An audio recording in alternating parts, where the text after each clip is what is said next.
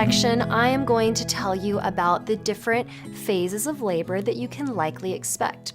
But as I move through this, I want you to know that birth does not fit in a box. So you might experience all of these different stages at the time frames that I'm going to tell you.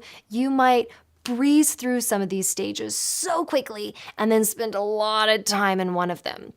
So I'm giving you this information so you're just aware of what your body could experience, but I want you to know that you won't necessarily follow this exact time frame during birth.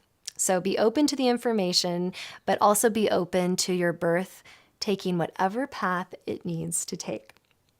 So the first part of birth that you can likely expect is the opening and thinning.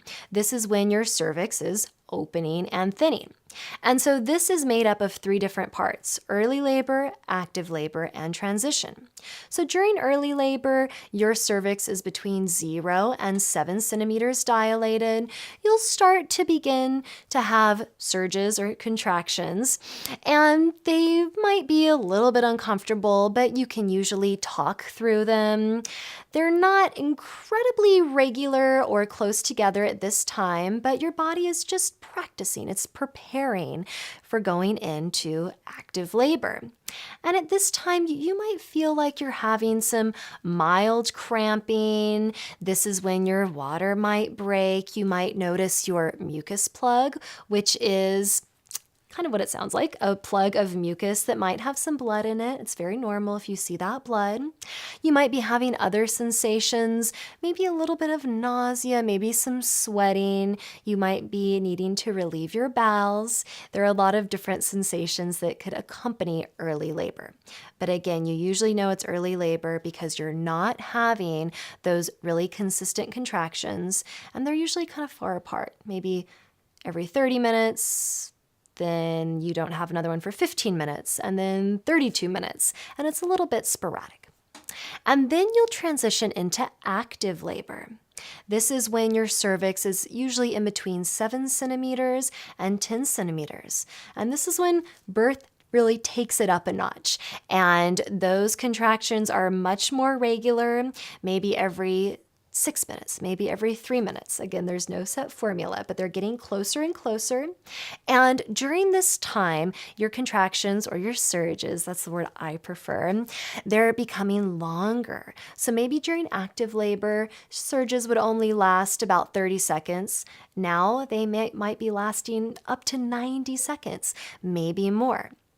And although this stage is more intense, it is so exciting because it means that your body is really taking some big actions to push your baby down and out, down and out. And I want you to know that each and every surge that you have is such a blessing because it is taking you closer and closer to your baby. So when your surges start to come fast and hard, I want you to celebrate because your baby is coming. And so the final phase of this opening and thinning is transition. And for many women, this is the most intense phase of labor because your cervix is dilating fully to 10 centimeters, that is fully dilated, and your baby is getting closer and closer to emergence. Now, during this time, because you'll likely have such an overwhelming slew of sensations flow over you, you might feel like you need to stop, like you can't do this anymore, like you just want to run out of the room and stop your birth. That is a very exciting thing to happen because it means that your baby is so close. So remind your partner to tell you that when I say that I'm done, that I'm going to leave this birth, I want nothing else to do with it, remind them to say, this is exciting. This means that the baby's coming. Just hang in there. Just keep breathing. And that feeling of, I can't do it, only lasts for a very short period of time, and then you slide into that final phase of labor, which is pushing or breathing that baby down.